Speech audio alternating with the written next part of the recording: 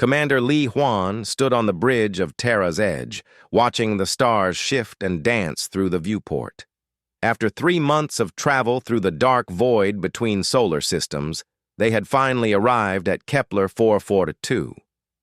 This was it. Humanity's first journey beyond their home system, the moment they would truly touch the stars. "All systems stable, Commander," reported Chief Engineer Park Mina from her station.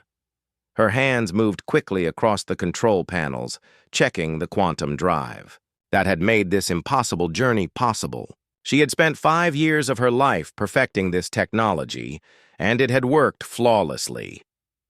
Li Huan nodded and turned to the communications station. "Choi Yuna, any signals from the system?" Choi Yuna frowned at her screens, adjusting the sensitivity on the long-range sensors. "Sir, I'm picking up something strange. These readings don't match any natural phenomena we know about." Dr. Kim Tae looked up from his xenobiology station, excitement clear in his voice. "Commander, you need to see this. The orbital mechanics around that star are all wrong. There are structures out there, massive ones." Li Huan moved to Kim Tae's station and studied the data. His breath caught in his throat. Enormous geometric shapes orbited the distant star, clearly artificial and impossibly large. Each structure was easily the size of Earth's moon, arranged in perfect mathematical patterns that no natural force could create. "First contact protocol," Li Huan said, quietly. The words carried weight that every crew member felt.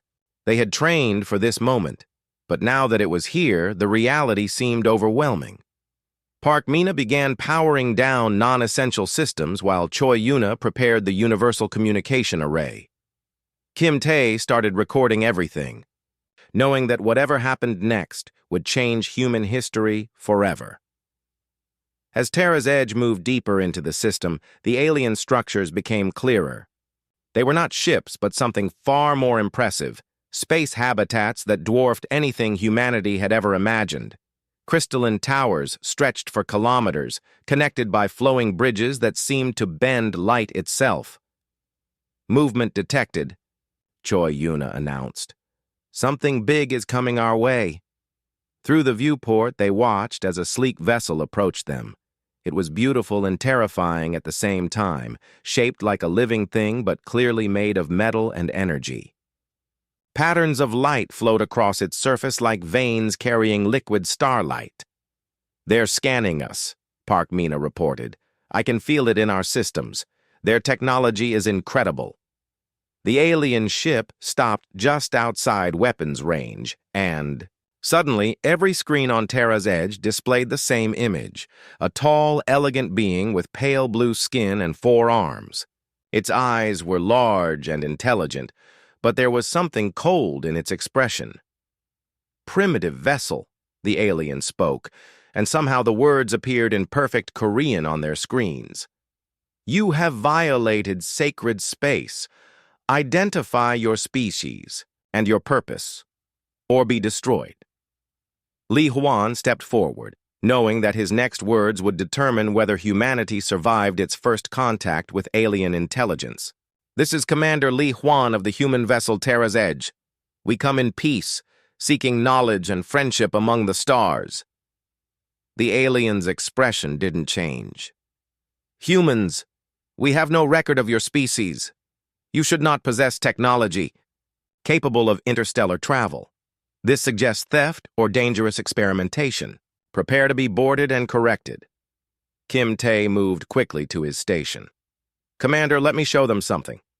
He activated a holographic display showing the mathematical principles behind human genetics, then expanded it to show the evolution of life on Earth. The alien paused, studying the display. Its 4 hands moved over controls they couldn't see, and new images appeared. Complex biological charts that made Kim Tae gasp with recognition. "Your biological knowledge is adequate," the alien admitted. "I am Thane Corvex of the Velkari. Your understanding of life sciences suggests intelligence, but your presence here suggests violation of galactic law. Park Mina stepped forward. May I show you how our drive system works? We didn't steal this technology. We built it ourselves. Before Thane Corvex could respond, Park Mina activated a demonstration of the quantum field equations that powered their ship. The mathematics flowed across the screen in beautiful patterns that showed how humans had learned to fold space-time itself. For the first time, Thane Corvex showed surprise. His large eyes widened, and he studied the equations with what looked like disbelief. This is impossible. Your species should be at least 10,000 years from developing such concepts. Yet these calculations are not only correct, they are elegant. Choi Yuna had been working quietly at her station, analyzing the Velkari communication system. Suddenly, she looked up with excitement. "Commander, I think I understand how their translation works. It's based on quantum resonance patterns. In brain tissue, if I adjust our transmitter..." She made rapid adjustments, and suddenly they could hear Thane Corvex's actual voice, melodic and strange, but somehow familiar. "Remarkable," Thane Corvex said, and now his voice carried emotion that the translation system had been filtering out. "You have decoded our communication protocols in minutes. This typically requires years of study." Li Huan sensed an opportunity. "Thane Corvex, we are explorers and learners. We have no desire to violate your laws, but we also will not be told that we cannot reach for the stars. Perhaps we can help each other understand." The Velkari leader was quiet for a long moment. Through the viewport, they could see more alien ships arriving, surrounding Terra's edge with overwhelming firepower. But Thane Corvex seemed to be thinking rather than preparing to attack. "Your species troubles me, humans," he finally said. "In 5 million years of galactic civilization, no species has reached the stars without our guidance. The path to space travel follows known patterns, established by ancient law. Yet you have arrived here using technology that follows no known pattern." Kim Tae couldn't contain his curiosity. "How many species are out there? How long has galactic civilization existed?" "Thousands of species across hundreds of thousands of worlds," Thane Corvex replied. "All following the proper path of development, all guided by those who came before. The galaxy has order, human Kim Tae. Your species represents chaos." Park Mina frowned. "Chaos? We represent the desire to explore and learn. How is that chaos?" "Because," Thane Corvex said slowly, "you have done something that should be impossible. You have reached the stars without permission, without guidance, without following the established way. This has never happened before." Li Huan felt a chill. "And what happens to species that do impossible things?" Thane Corvex was quiet for so long that they wondered if the communication link had failed. When he finally spoke, his voice was troubled. "I do not know, human Li Huan, and that uncertainty may be the most dangerous thing your species has brought to the galaxy." The bridge of Terra's edge fell silent as the weight of first contact settled on them.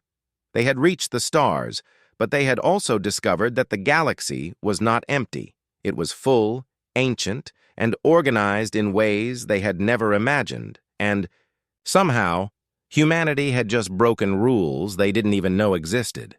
Park Mina felt the strange sensation of artificial gravity as she stepped aboard the Velkari vessel. The walls seemed to pulse with life, covered in patterns that shifted and changed like breathing skin. Everything was smooth curves and flowing lines, so different from the hard angles of human engineering.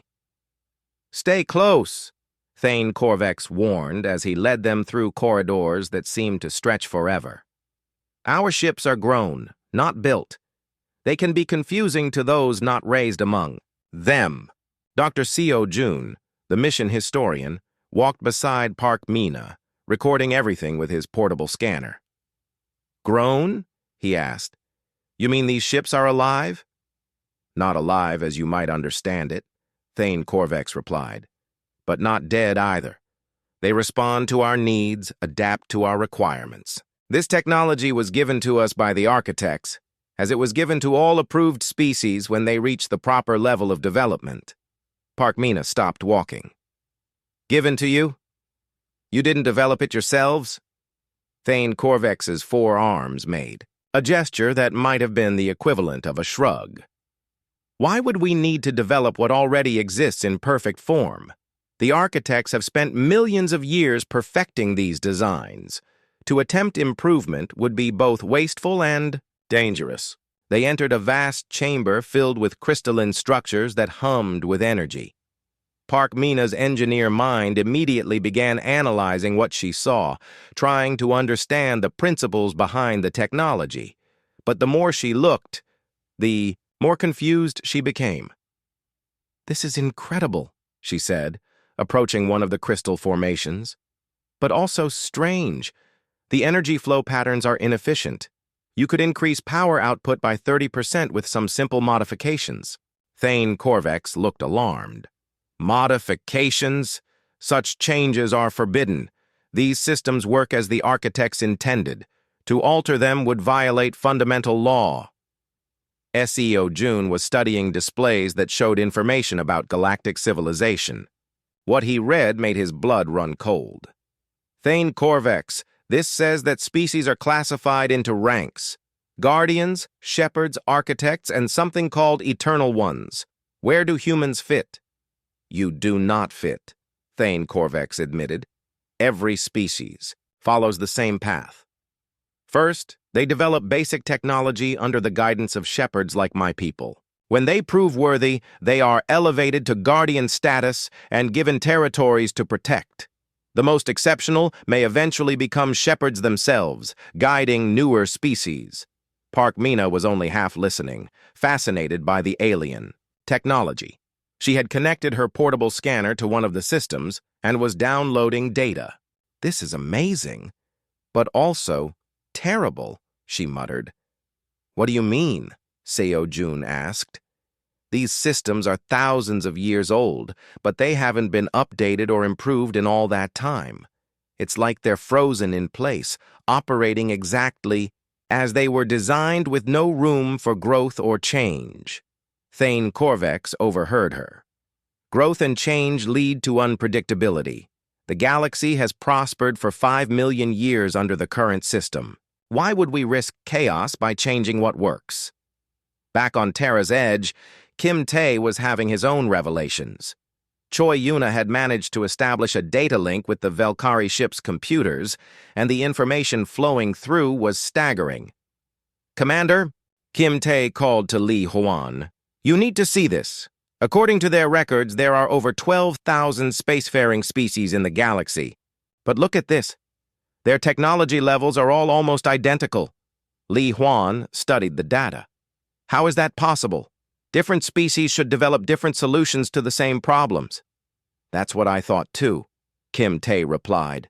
"But, according to this, every species receives the same basic technology package when they're approved for space travel.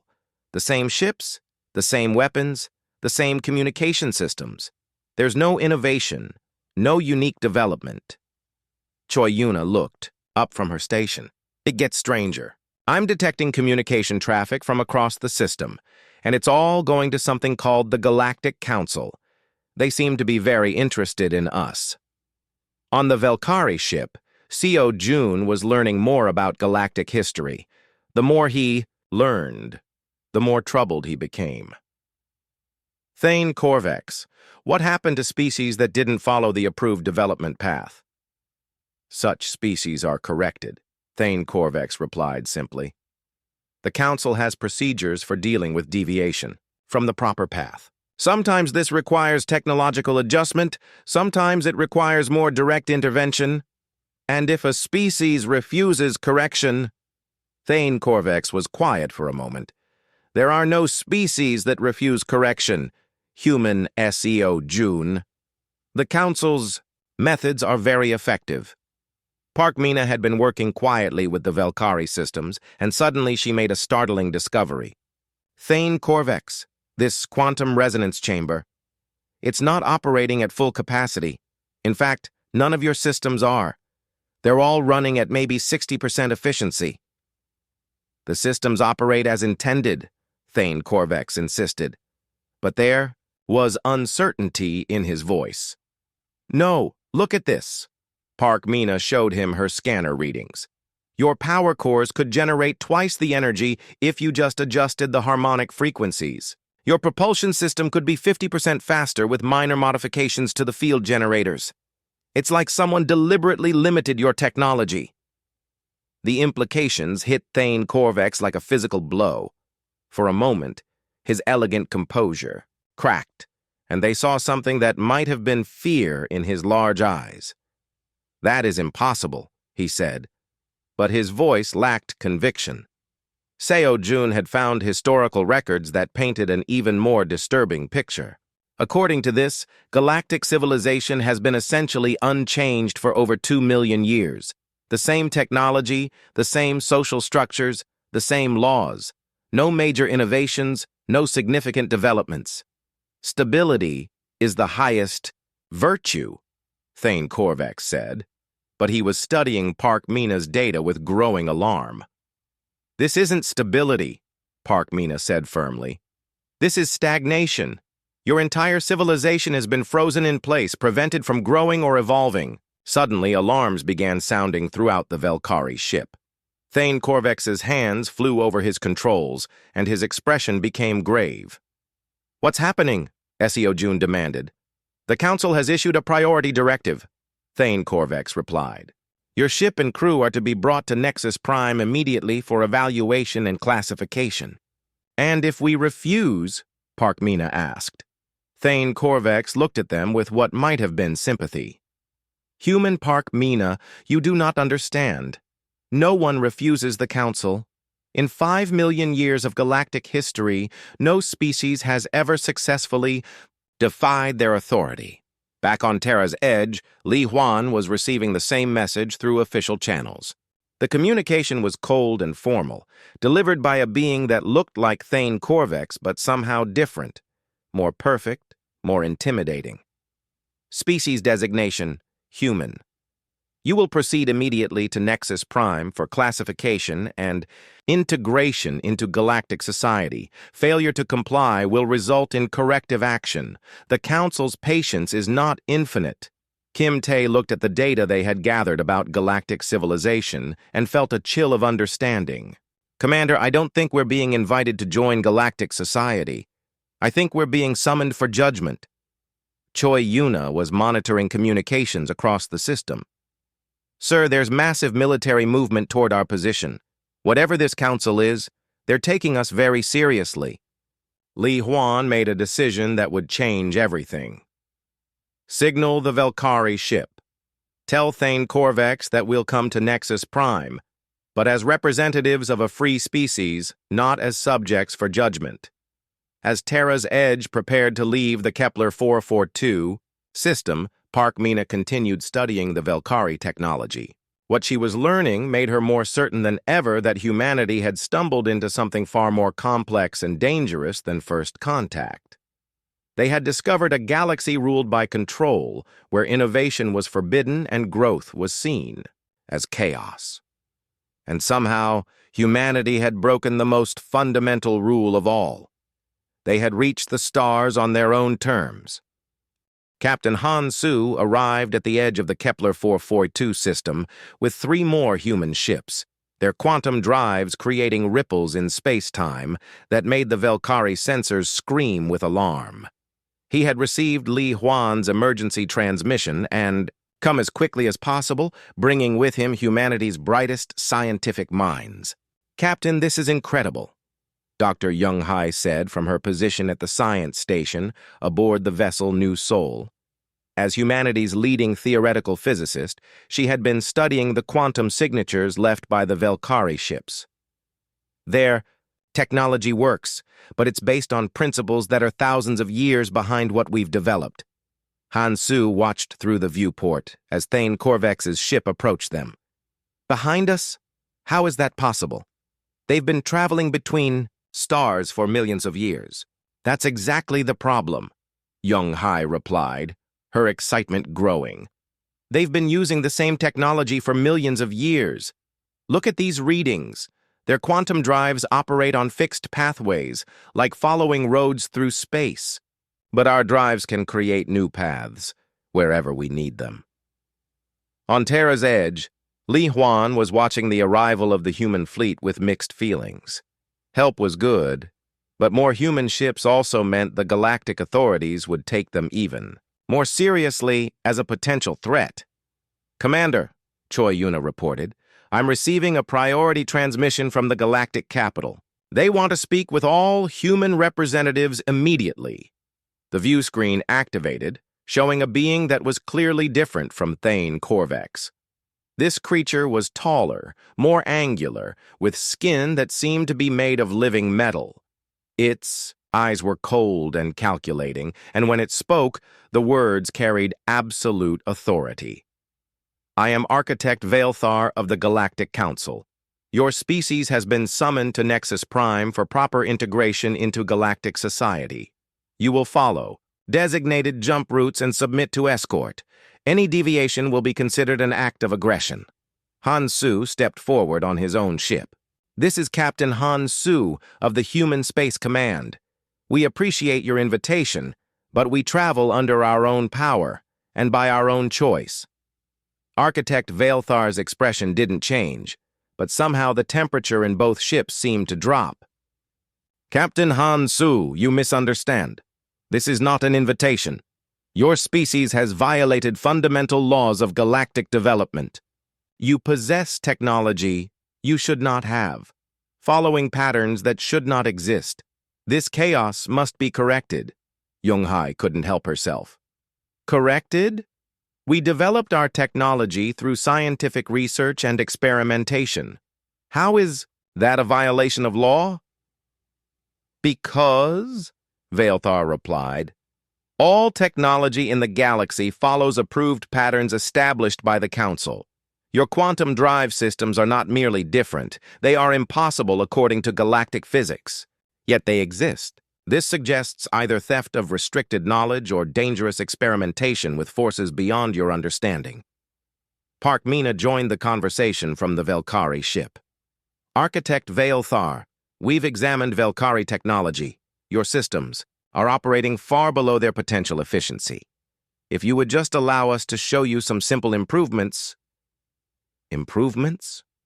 Veilthar's voice carried something that might have been horror. "Engineer Park Mina, you speak of concepts that are forbidden. Galactic technology operates as intended by the original architects. To suggest alteration is to suggest that perfection can be improved upon." Seo Jun had been studying galactic records for hours, and what he had found was disturbing. "Architect Veilthar, according to your own historical records, technological development in the galaxy stopped over 2 million years ago. Doesn't that seem strange to you?" "It seems proper," Veilthar replied. "When perfection is achieved, change becomes unnecessary and dangerous." Young-Hai was working at her station, analyzing the quantum signatures of the jump gates that the Velkari used for interstellar travel. What she discovered made her gasp with understanding. "Captain Han Su, these jump gates don't just provide transportation, they control it. Every ship that uses them is monitored, tracked, and limited in where it can go. It's not a transportation network. It's a control system."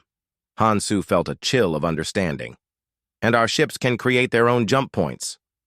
"Exactly. We can go anywhere in the galaxy without their permission, without their knowledge, without their control." On the Velkari ship, Thane Corvex was listening to this conversation with growing alarm.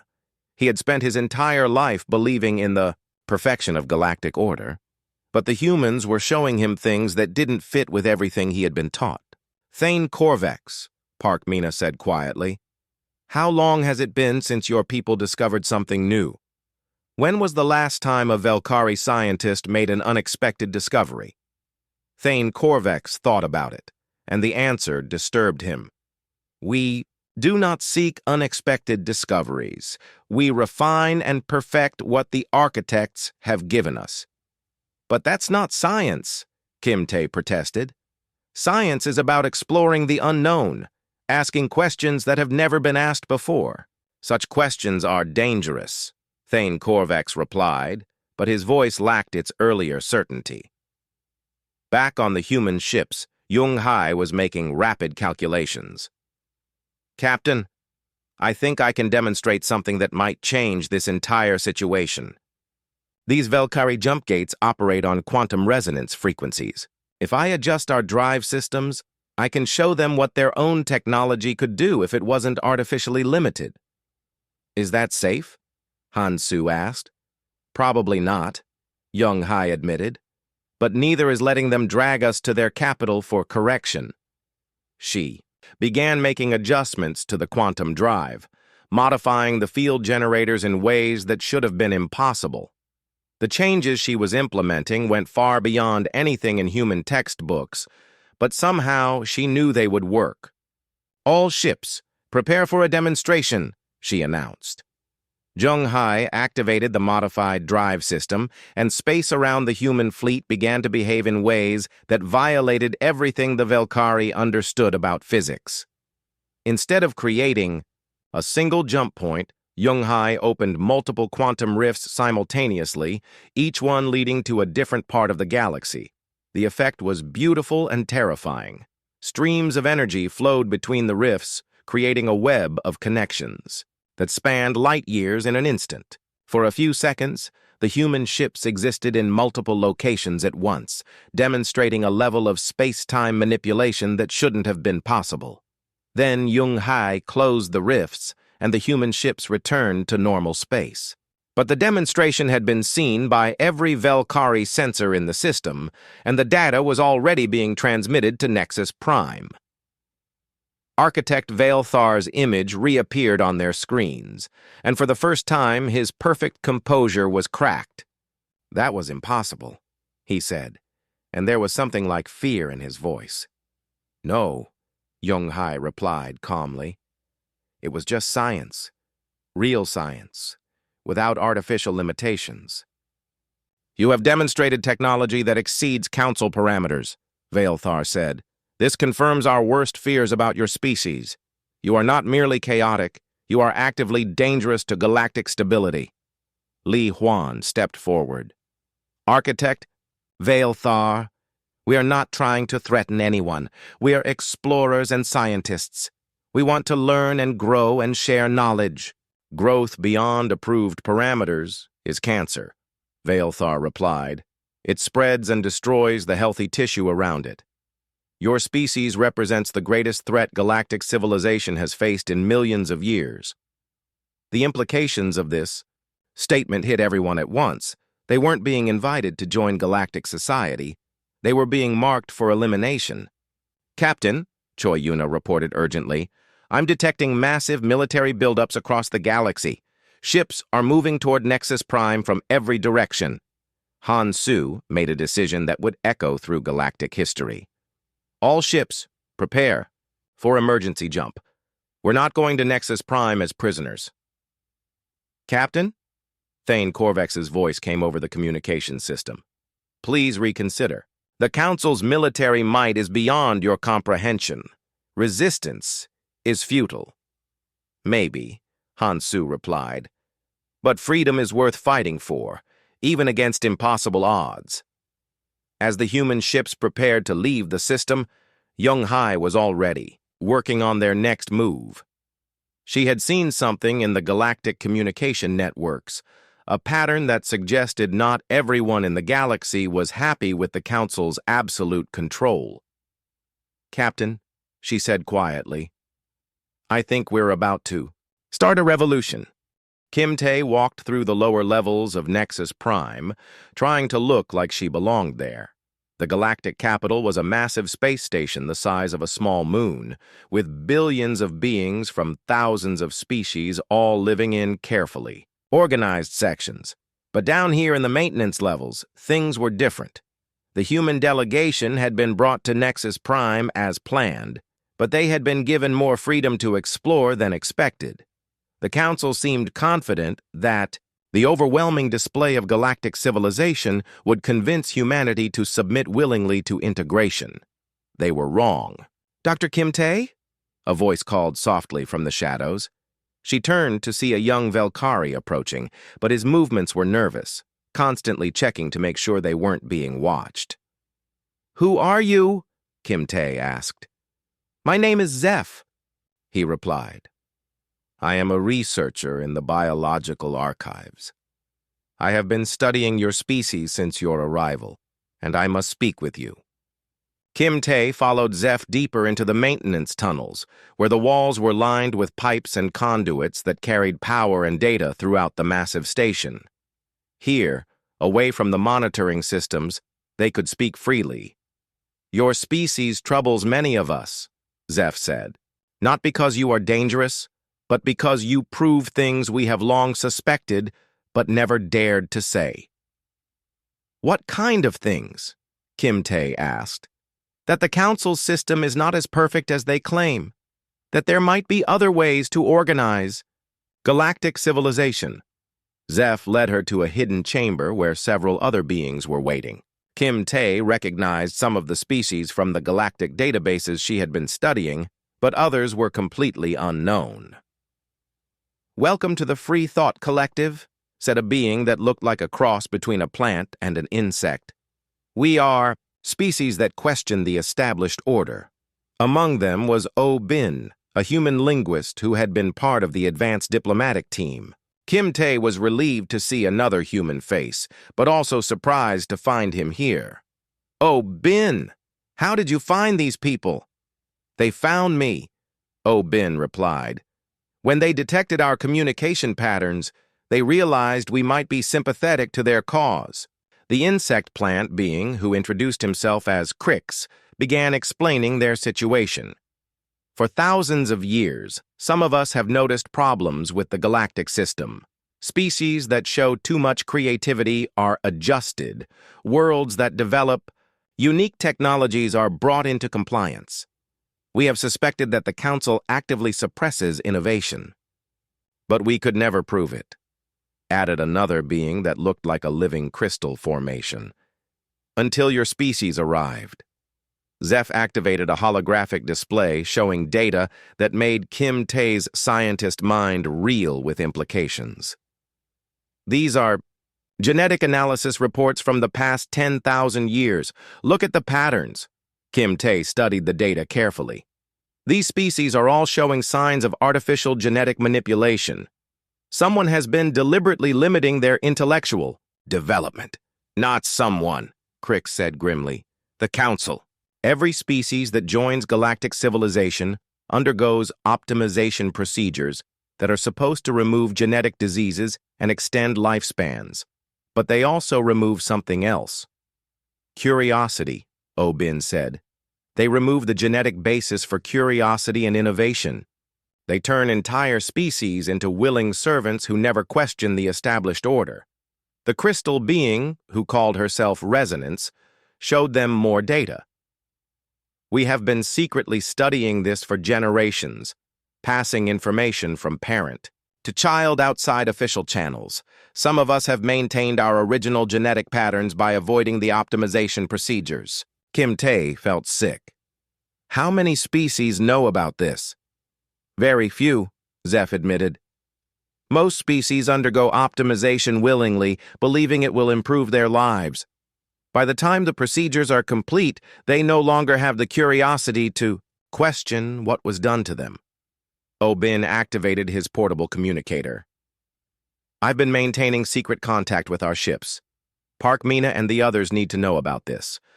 On the diplomatic levels above, Park Mina was having her own disturbing revelations. She had been given access to the Council's technical archives, supposedly to help her understand how human technology could be integrated with galactic systems. What she found instead was evidence of systematic suppression of innovation. Jung. "Hi," she said quietly into her concealed communicator. "Are you seeing this data I'm transmitting?" Young Hai was aboard the New Soul, which was docked at one of Nexus Prime's external ports. I see it, and it's horrifying. These technical specifications aren't just outdated, they're deliberately limited. Someone has been actively preventing technological advancement for millions of years. Look at these historical records. Park, Mina continued. Every few thousand years, there are reports of species developing dangerous technologies. The reports always end the same way. The species is corrected, and their dangerous research is secured for galactic safety. SEO June. Joined the conversation from the historical archives. It gets worse.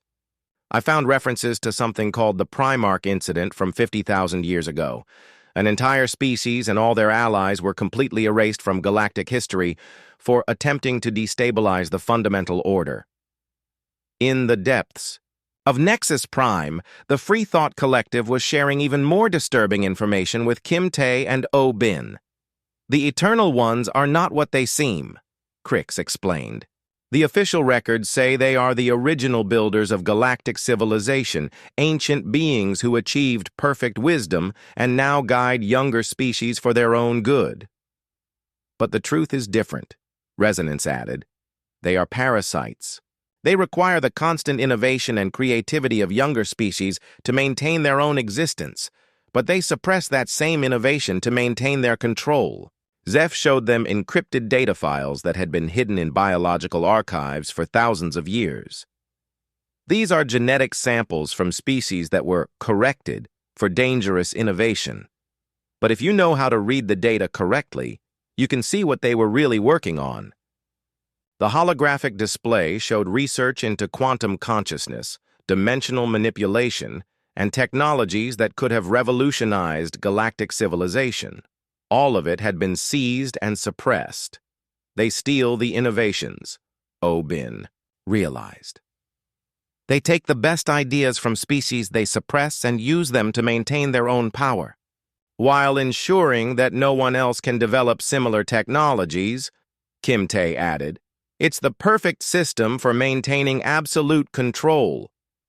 Back on the diplomatic levels, Li Huan was meeting with architect Veilthar and several other council members. The meeting was supposed to be about humanity's integration into galactic society, but it felt more like a trial. Commander Li Huan, Veilthar said, your species has demonstrated concerning traits, innovation without guidance, curiosity without limits, and worst of all, the ability to inspire similar traits in other species. Are those really bad things? Li Huan asked. They are chaos, replied another council member, a being made of flowing energy patterns. Order requires predictability. Growth must follow established patterns. Your species represents random change, which is the enemy of stable civilization. But without change, don't you just have stagnation? Li Huan countered. We prefer to call it perfection, Veilthar said coldly. Choi Yuna was monitoring communications throughout the station, and what she was hearing made her increasingly nervous. Captain Han Su, she transmitted to the human ships. There's a lot of military chatter. The Council is discussing something called comprehensive correction protocols for our entire species. Han Su felt a chill. How comprehensive? I think. They're planning to do to us what they did to the Primarchs, Choi Yuna replied. Complete elimination. In the hidden chamber, the Free Thought Collective was making a desperate proposal to Kim Tae and Oh Bin. Your species represents hope, Crix said. For the first time in millions of years, someone has broken free of the Council's control. But you cannot fight them alone. What are you suggesting? Kim Tae asked. Revolution, Resonance said simply. A real revolution that breaks the cycle of suppression and control. Zeph activated another display showing hidden communication networks that spanned the galaxy. There are more of us than the Council realizes, species that have maintained their curiosity, individuals who have avoided genetic optimization, entire worlds that question the established order. But we've never had a catalyst, Crix explained. Something to spark the revolution and prove that the Council can be challenged. Oh Bin understood. You want us to be that catalyst. Your species has already done the impossible by reaching the stars independently, Zeph said. Now we need you to help us do the impossible again. Overthrow a system that has controlled the galaxy for millions of years. Kim Tae thought about everything they had learned, about the suppressed species and stolen innovations, about the genetic manipulation and systematic control. Then she thought about humanity's journey to the stars, about the freedom to explore and discover and create. How do we start a galactic revolution? She asked. With truth, Resonance replied. Show the galaxy what they really are and what they could become if they were free.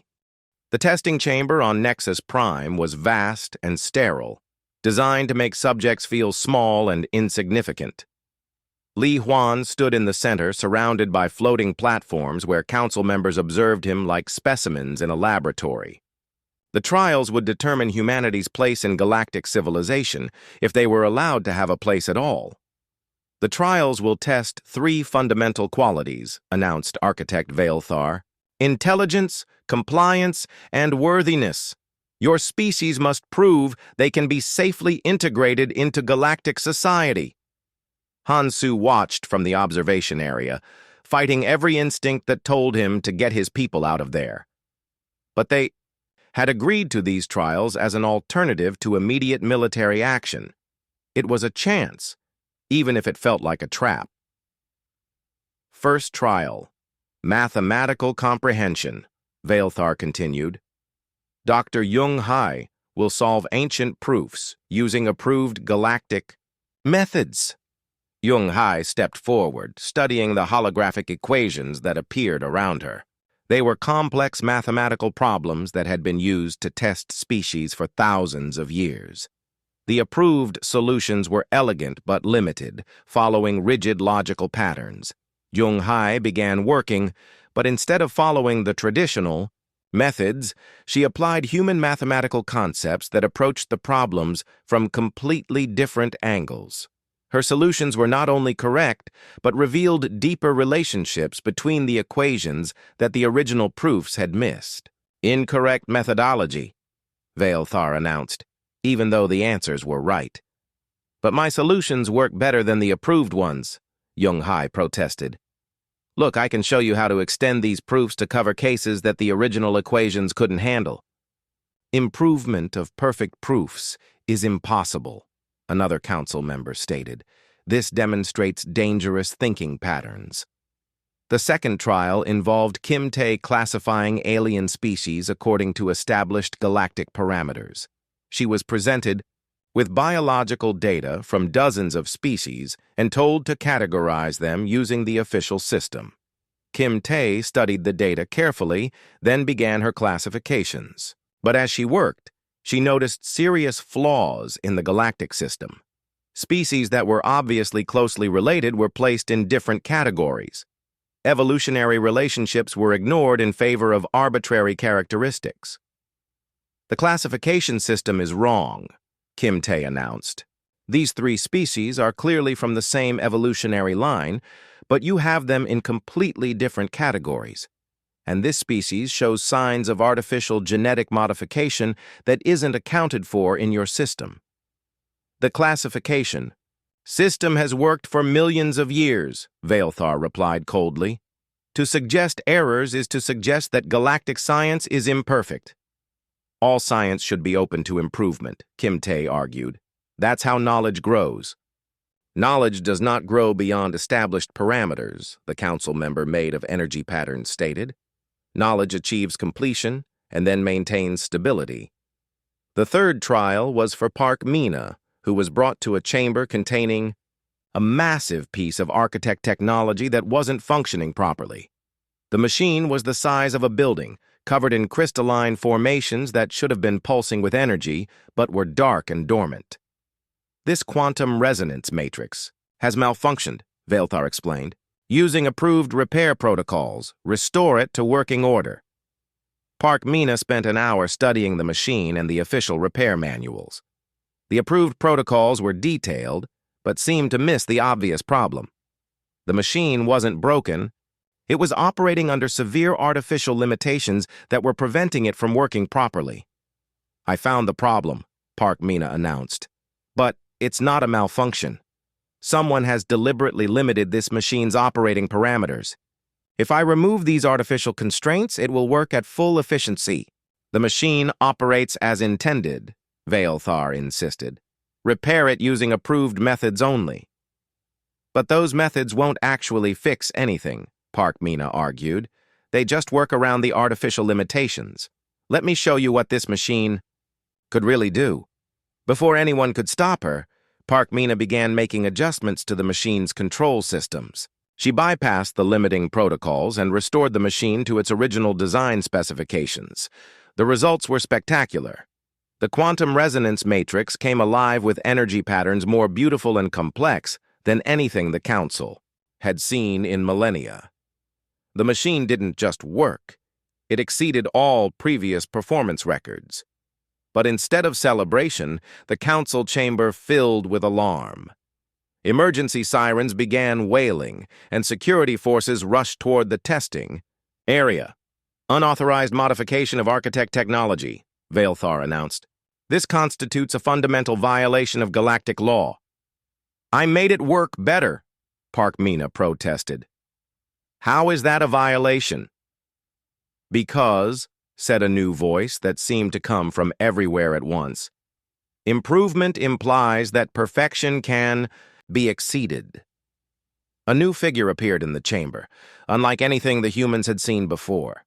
It was tall and imposing, seeming to be made of living starlight. When it moved, reality itself seemed to bend around it. "I am Eternal One Nexus," the being announced. "First among those who guide galactic civilization." Han Su felt his blood turn cold. They were now facing one of the legendary rulers of the galaxy, being so ancient and powerful that most species considered them myths. "Your species has failed all 3 trials," Nexus continued. "You demonstrate intelligence without wisdom, innovation without restraint, and worst of all, the ability to inspire others to similar chaos." Li Huan stepped forward. "We were solving the problems correctly. We were making things work better." "That is precisely the problem," Nexus replied. "Your solutions exceed established parameters. Your improvements suggest that perfection can be enhanced. Your very existence threatens the stability of galactic civilization." In the hidden chambers below, Bin was monitoring the trials through secret communication links. The Free Thought Collective was watching with growing excitement, as humans demonstrated exactly the kind of thinking they had been hoping for. "They're doing it," Zeph whispered. "They're showing the Council that their system is flawed." "But the Council won't accept it," Crix warned. "They'll order complete correction rather than admit their system has problems." Bin activated an emergency communication to the human ships. "Captain Han Su, the trials are a trap. No matter how well we perform, they'll declare us failures. You need to get our people out of there." Back in the testing chamber, Eternal One Nexus was delivering what sounded like a final judgment. "The species known as humans represent a fundamental threat to galactic order.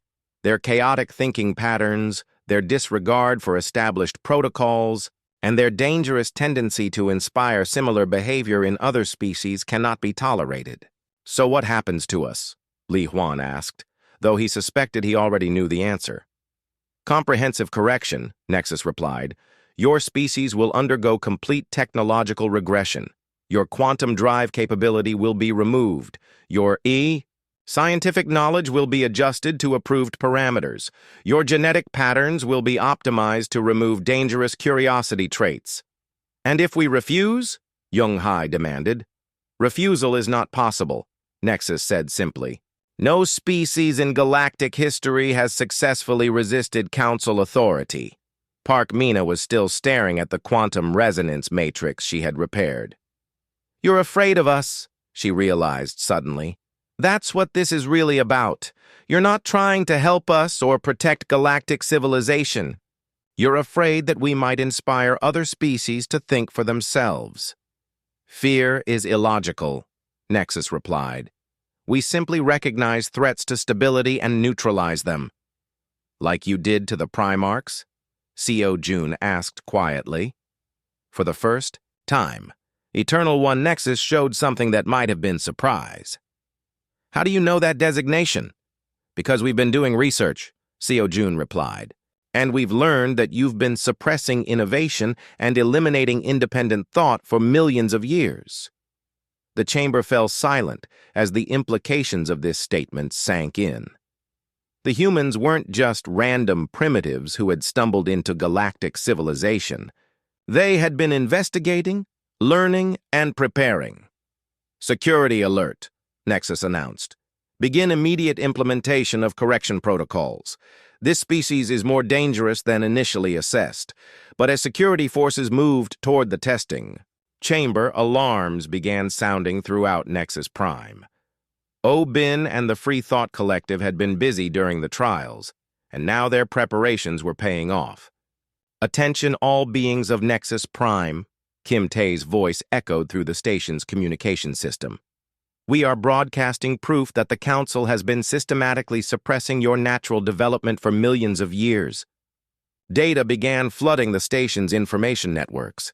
Genetic modification records, suppressed technological innovations, historical accounts of eliminated species. Everything the Free Thought Collective had hidden and preserved was now being shared with every being on the galactic capital. The age of enforced ignorance is ending. Bin's voice joined Kim Tae's broadcast. The time has come to reclaim your right to think, to grow, and to reach for the stars. Co. June's hands trembled as he accessed the deepest archives of Nexus Prime. The Free Thought Collective had given him access codes that bypassed normal security, and what he was finding in the forbidden historical records made him sick to his stomach. Bin, he whispered into his concealed communicator. I found the complete records of the Primarch incident. It's worse than we thought. In the hidden chamber below, Bin was coordinating with Zeph and the others as they continued broadcasting suppressed information throughout the station. What did you find? The Primarchs weren't just eliminated, Co. June replied, his voice shaking. They were a coalition of 47 species that had figured out what the Council was doing. They developed technologies that could free other species from genetic optimization. They were building a network of truly free worlds. Resonances, crystalline form pulsed with agitation. What happened to them? Complete eradication. Not just their military forces or their governments. Every world they controlled was stripped of all life. 47 entire species, billions of beings, eliminated because they dared to offer freedom to others. Crix's insect plant features contracted with something that might have been grief. We suspected the Council was ruthless, but genocide. On that scale, it gets worse, Co. June continued. After the Primarchs were eliminated, the Council implemented new protocols. Any species showing dangerous independence would be marked for observation. If they continued to develop beyond approved parameters, they would face preventive correction. How many species have been corrected? Bin asked, though he wasn't sure he wanted to know. Thousands. Over the past 50,000 years, thousands of species have been forced to undergo technological regression and genetic optimization. Their cultures, their innovations, their unique perspectives, all erased and replaced with approved patterns. In the testing chamber above, Eternal One Nexus was becoming increasingly agitated as the broadcasts continued. The suppressed information was spreading beyond Nexus Prime, reaching communication networks throughout the galaxy. Initiate communication blackout, Nexus commanded. Cut all unauthorized transmissions. But Young-Hai was monitoring the galactic networks from her position in the chamber. It's too late, she said with satisfaction. The information is already spreading faster than you can stop it. Species across the galaxy are learning the truth. Li Huan watched the chaos erupting around them and realized this was their chance. Han Su, he said into his communicator. Now would be a good time for that rescue you've been planning. On the human ships docked at Nexus Prime's external ports, Han Su was already in motion. All ships, implement extraction protocol. Get our people out of there. But as the human ships began moving toward the station's core, they encountered resistance. Council defense forces were mobilizing, and the firepower arrayed against them was overwhelming. "Captain," reported the tactical officer on New Sol, "we're outnumbered at least 1,000 to 1. Their weapons are more advanced than anything we've seen." "Maybe," Han Su replied, "but their tactics are predictable. They've been fighting the same way for millions of years. Young Hai, are you ready with those modifications?" Young Hai was still in the testing chamber, but she had been working on something during the trials. "The quantum modifications are ready, but I've never tested them under combat conditions." "No time like the present," Han Su said grimly. Jung Hai activated her modifications to the human ship's quantum drives. Instead of creating simple jump points, the drives began generating quantum interference patterns that disrupted the Council, ship's sensors, and targeting systems. The battle around Nexus Prime became unlike anything in galactic history. Human ships phased in and out of normal space, appearing behind enemy formations and disappearing before return fire could find them. Council forces, trained to fight according to established patterns, couldn't adapt to the chaotic and unpredictable human tactics. But the real battle was happening in the information networks. Across the galaxy, species were accessing the suppressed historical records and learning the truth about their own development. On the industrial world of Corvin 7, a species called the Builders discovered that their natural talent for engineering had been deliberately limited.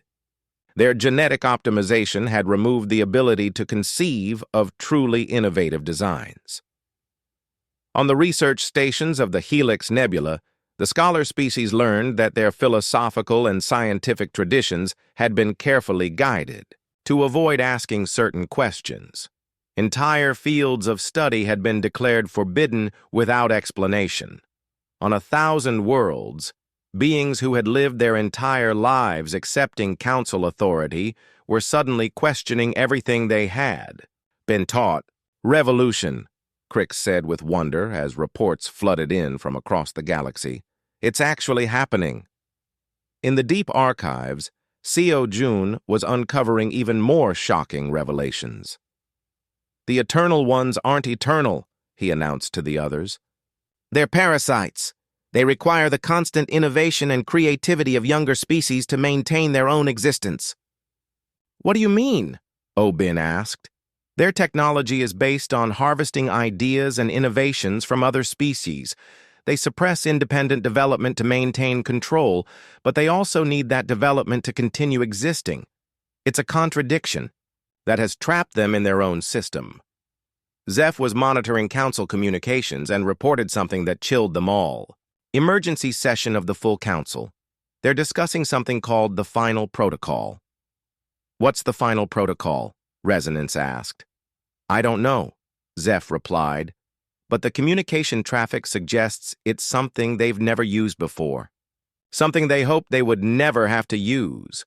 In the testing chamber, Eternal One Nexus was no longer the composed figure of authority he had appeared to be. The broadcasts had shaken something fundamental in the galactic order, and he was struggling to maintain control. "End this chaos," he commanded the council forces. "Implement whatever measures are necessary." "Sir," Park Mina said, studying the quantum resonance matrix she had repaired, "I'm detecting massive energy buildups throughout the station. What are you planning?" "What we should have done millions of years ago," Nexus replied. "Complete reset. We will erase not just your species, but every species that has been contaminated by your influence." Li Huan felt cold understanding wash over him. "You're planning to commit genocide on a galactic scale." "We are planning to save galactic civilization," Nexus corrected. "Sometimes a gardener must remove diseased plants to protect the healthy ones." But even as Nexus spoke, his authority was crumbling. Throughout Nexus Prime, beings who had spent their lives following Council orders were refusing to obey. Security forces were deserting their posts. Scientists were abandoning their approved research to pursue forbidden questions. Kim Tae's voice echoed through the communication systems again. Citizens of the galaxy, you have the right to think for yourselves. You have the right to innovate, to explore, to grow beyond artificial limitations. The Council has kept you in chains made of fear and ignorance. But those chains can be broken. Bin added his voice to the broadcast. We are not asking you to follow us instead of the Council. We are asking you to follow yourselves, to trust your own curiosity, your own intelligence, your own dreams of what the galaxy could become. As the revolution spread, reports began coming in from worlds across the galaxy. Species were abandoning Council-controlled space lanes and beginning to develop their own transportation systems. Research facilities were reopening forbidden projects. Entire sectors were declaring independence from Council authority. Impossible, Nexus muttered, but his voice lacked conviction. This cannot be happening. It's happening because you made a fundamental mistake, Young-hai said. You tried to control intelligence, but intelligence always finds a way to be free. Seo-jun had found the most crucial piece of information in the archives. The final protocol, he announced to the others. I know what it is. The Council plans to use the Galactic Communication Network to transmit a quantum virus that will destroy the brains of every being who has accessed the suppressed information. They're going to kill everyone who knows the truth, Bin realized, with horror. Not just them, Seo-jun continued. The virus is designed to spread. It will eventually affect every thinking being in the galaxy except for the eternal ones themselves. Crix's entire form seemed to deflate. They would rather rule over a galaxy of mindless slaves than lose control. Then we have to stop them, Resonance said simply. How? Zeph asked. The final protocol is already activating. I can see the energy patterns building throughout the station. In the testing chamber, the humans could feel the station's systems powering up around them. Whatever the Council was planning, it was about to begin. Young-hai, Li Huan said urgently. Please tell me you have some kind of plan. Young-hai was studying the quantum resonance matrix Park Mina had repaired, and suddenly she smiled. Actually, I do, but it's going to require perfect timing and a lot of trust. In what? Park Mina asked. In the idea that intelligence really does want to be free, Young-hai replied, and that sometimes the best way to fight a system is to give it exactly what it claims to want. Park Mina and Young-hai worked frantically in the hidden laboratory that the Free Thought Collective had established deep within Nexus Prime. Around them, beings from dozens of species contributed their unique knowledge to create something that had never existed before, truly collaborative technology. The quantum virus the Council is preparing will use the Galactic Communication Network to destroy independent thought, Young-hai explained as she modified human quantum drive components. But what if we could turn their own network against them? Zephy was providing biological data from his archives. The genetic optimization procedures leave traces in neural pathways. If we could reverse those changes, we could restore natural curiosity and intelligence to every affected species in the galaxy, Kim Tae finished, her excitement growing. But the power requirements would be enormous. Park Mina gestured to the quantum resonance matrix she had repaired during the trials. What if we link that to every similar matrix throughout the galaxy? The Council built these systems to maintain their control, but if we can modify them, we could create a freedom virus, Bin said with wonder. Instead of destroying independent thought, we could enhance it. Crix's insect plant form vibrated with nervous energy. This is incredibly dangerous.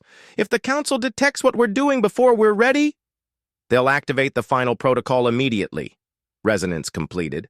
We'll have one chance to get this right. Above them, in the Council chambers, Eternal One Nexus was preparing for what he believed would be the salvation of galactic civilization. The other Eternal Ones had gathered, their forms of living energy creating patterns of light that hurt to look at directly. "The contamination has spread further than anticipated," announced Eternal One Vortex. "Entire sectors are rejecting Council authority. Species are attempting to develop independent technologies. The chaos must be contained," added Eternal One Apex. "The final protocol is our only option." Han Su and the human fleet were fighting a desperate battle around Nexus Prime, using every trick Young Hai had taught them about quantum manipulation.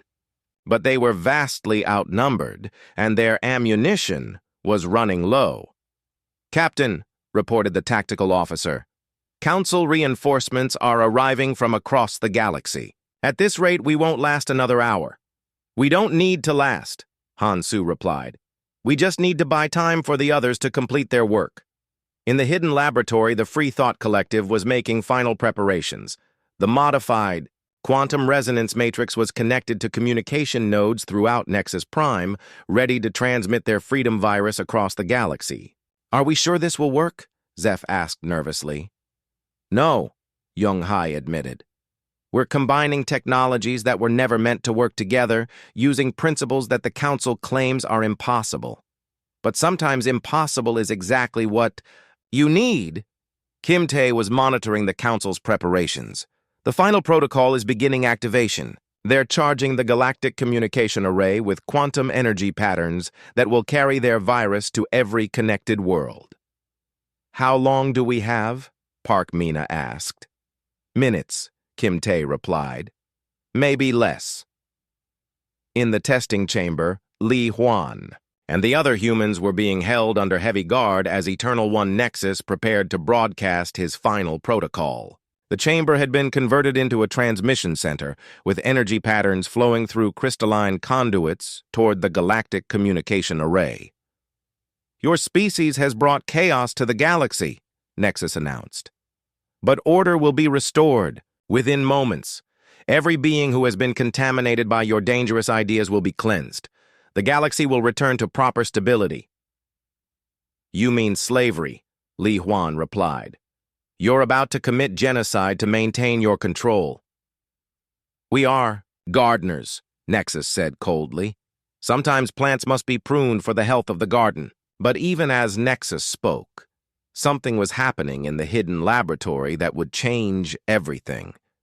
The Free Thought Collective had activated their modified quantum resonance matrix, and instead of trying to fight the Council's virus, they were using it. "Broadcasting now," Young Hai announced. "Our freedom virus is piggybacking on their transmission network." The effects were immediate and dramatic. Across the galaxy, the Council's quantum virus reached its targets. But instead of destroying independent thought, it was enhanced and amplified by the modifications the Free Thought Collective had made. On the world of New Corvin, the Builder, species felt their genetic limitations dissolving as their original creativity was restored. For the first time in thousands of years, they began to conceive of engineering projects that defied traditional limitations. In the Helix Nebula research stations, the scholar species found themselves asking questions they had never been allowed to ask. Ancient philosophical and scientific barriers crumbled as their enhanced intelligence broke free from artificial constraints. On 1,000 worlds, species that had lived under genetic optimization for millennia felt their natural curiosity and creativity returning. The galaxy was waking up from a sleep that had lasted millions of years. "Impossible!" Eternal One Nexus gasped as reports flooded in from across the galaxy. "The virus should be destroying independent thought, not enhancing it." "You made a fundamental error," Young Hai said, appearing on the communication screens throughout the chamber. "You assumed that intelligence could be permanently suppressed, but intelligence is like water. It always finds a way to flow free." In the hidden laboratory, the Free Thought Collective was monitoring the results of their gamble. The freedom virus was spreading faster than they had dared hope, carried by the Council's own communication networks to every corner of the galaxy. It's working, Zeph reported with amazement. Genetic optimization effects are being reversed. Across hundreds of species, natural creativity and curiosity are being restored. More than that, Crix added. The enhanced intelligence is allowing species to see connections they never noticed before. They're beginning to understand how the galactic system really works. But their celebration was interrupted by alarms throughout Nexus Prime. The Eternal Ones were not giving up without a fight. Emergency power to defensive systems, Eternal One Vortex commanded. Seal all communication networks. Prepare for manual implementation of cleansing protocols. Resonance's crystalline form pulsed with alarm.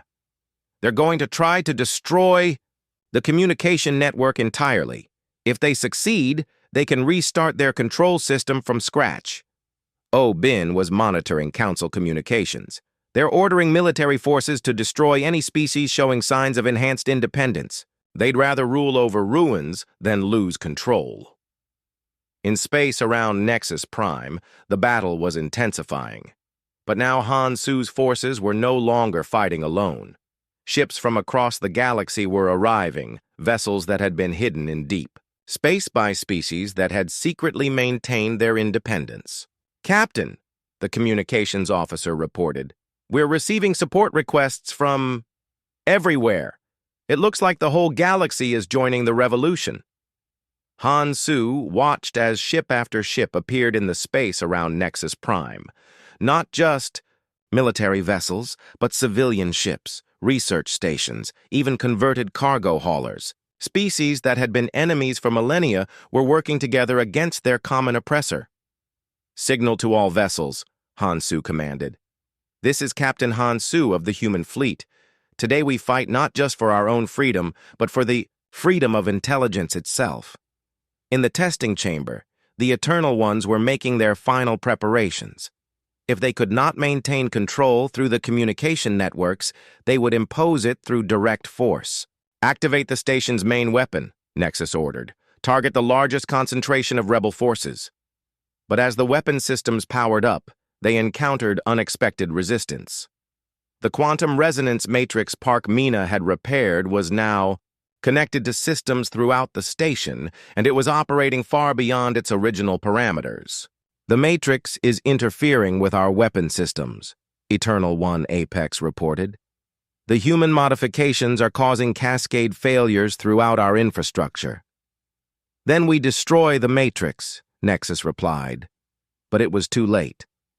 The modifications Park Mina and Jung Hai had made were spreading through the station systems like a virus of their own. Everywhere the enhanced technology touched, it revealed the artificial limitations that had been built into Council systems. "The entire station is becoming unstable," Eternal One Vortex warned. "The cascade failures are approaching critical systems." For the first time in millions of years, the Eternal Ones were facing a problem they couldn't solve through control and suppression. The very foundations of their power were crumbling, not through external attack, but through the revelation of their own limitations. "This is impossible," Nexus repeated, but his voice now carried something that might have been fear. "Order cannot be defeated by chaos." "This isn't chaos," Li Huan said quietly. "This is evolution. This is what happens when intelligence is finally free to grow." Throughout the galaxy, the revolution was accelerating. Species were abandoning Council-controlled territories and establishing independent colonies. Ancient grievances were being set aside as former enemies worked together to build something new. Li Huan stood in what had once been the Council's most secure chamber, but the walls were now transparent, revealing the vast expanse of space beyond. The modifications spreading through Nexus Prime had changed the station itself, stripping away the layers of control and secrecy that had hidden the truth for so long. Before him, the Eternal Ones no longer appeared as beings of pure energy and light. The enhanced quantum systems had revealed their true nature. Ancient creatures, withered and desperate, sustained only by the creativity they had stolen from other species. "You have destroyed everything," Eternal One Nexus said, his voice no longer carrying absolute authority. 5 million years of galactic peace and stability ended by your chaos. Peace? Young-hai laughed, but there was no humor in it. You call suppressing the natural development of thousands of species peace? You call stealing their innovations and limiting their potential stability? Around them, representatives from dozens of species were arriving through the quantum rifts that human ships had opened. No longer were they the carefully controlled delegates who spoke only approved words. These were free beings, their natural intelligence restored, seeing the galaxy clearly for the first time in millennia.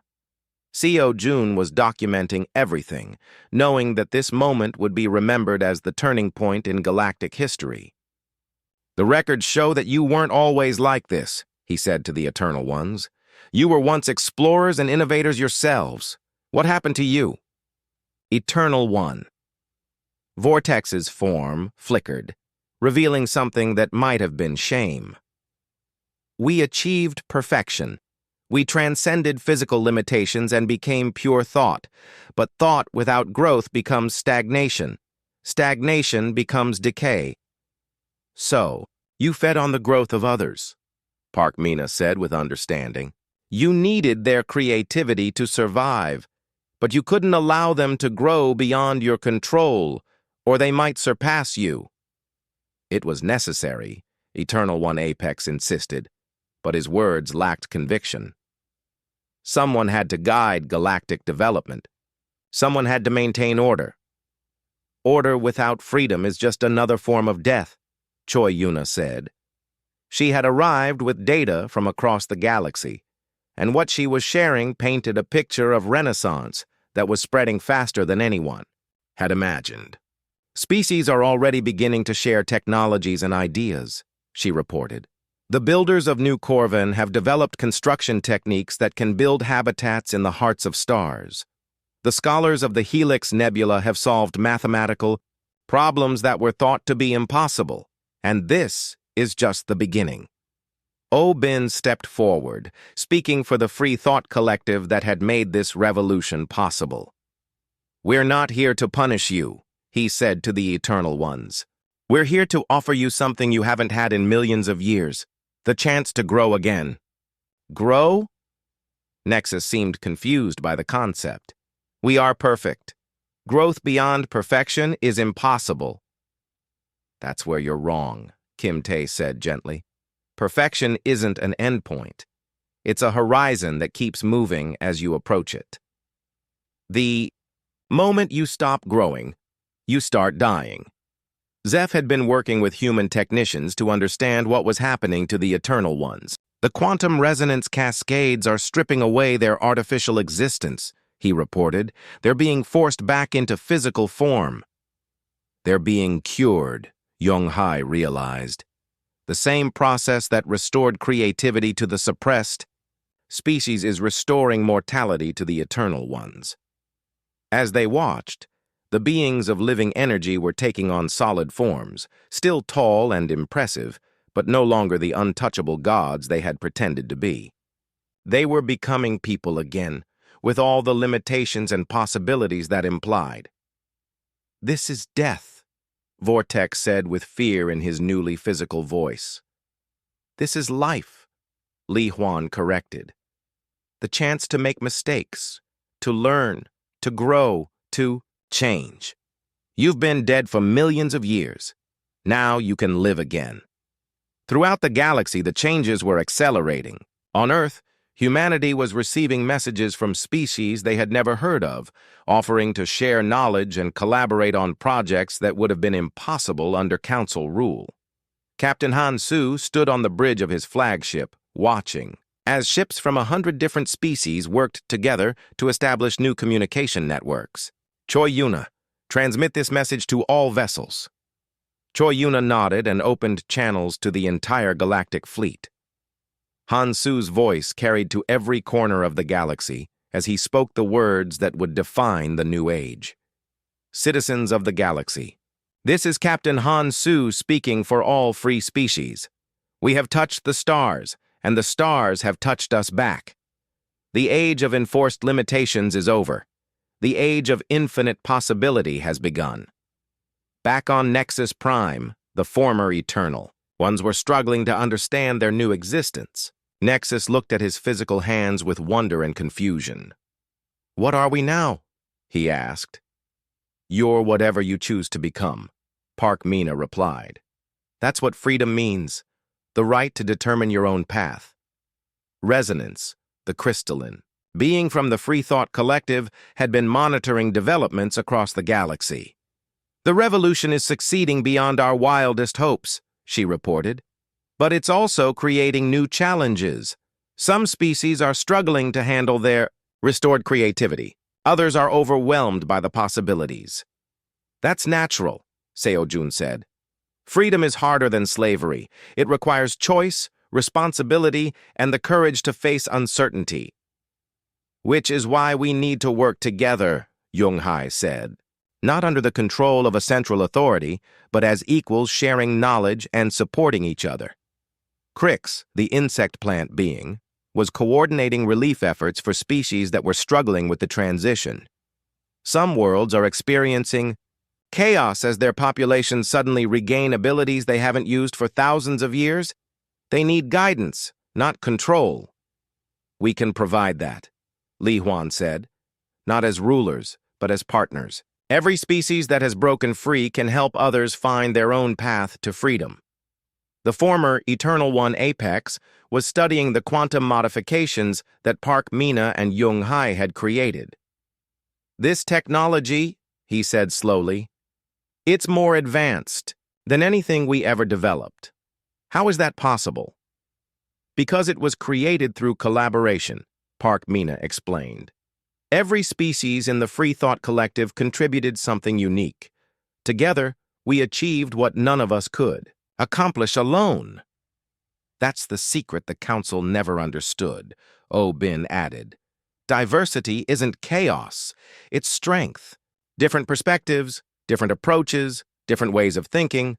They create possibilities that uniform thinking never could." As they spoke, more ships were arriving at Nexus Prime, but these weren't military vessels or government delegations.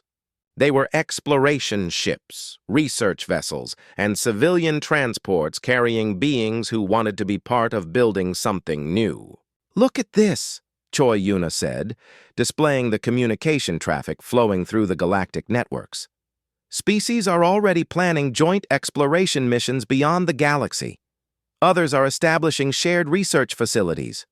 Some are creating art forms that combine elements from dozens of different cultures." Kim Tae was documenting the biological changes happening across the galaxy. The restoration of natural creativity is triggering evolutionary leaps in some species. They're developing abilities that were suppressed for so long that they became dormant.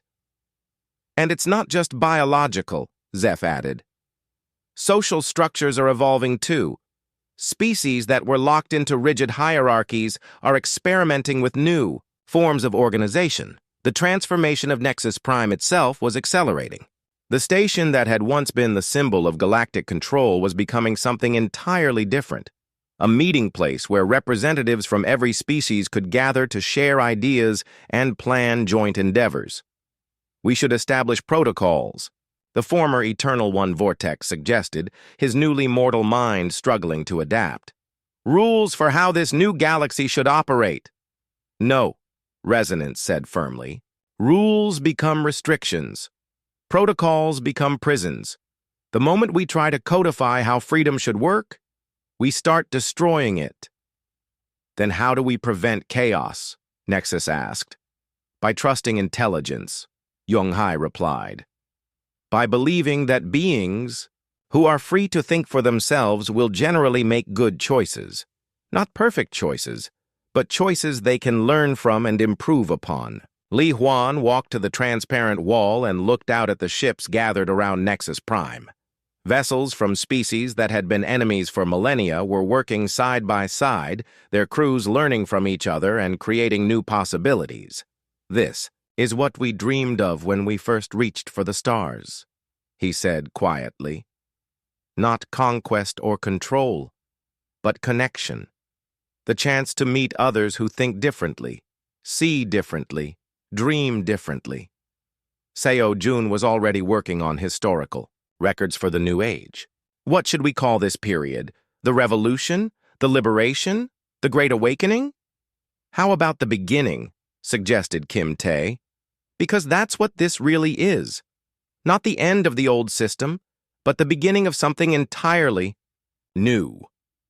As if responding to her words, reports began coming in from the edges of the galaxy. Exploration fleets that had been freed from council restrictions were discovering things that had been hidden for millions of years. Ancient ruins, strange phenomena, and signs of other galaxies.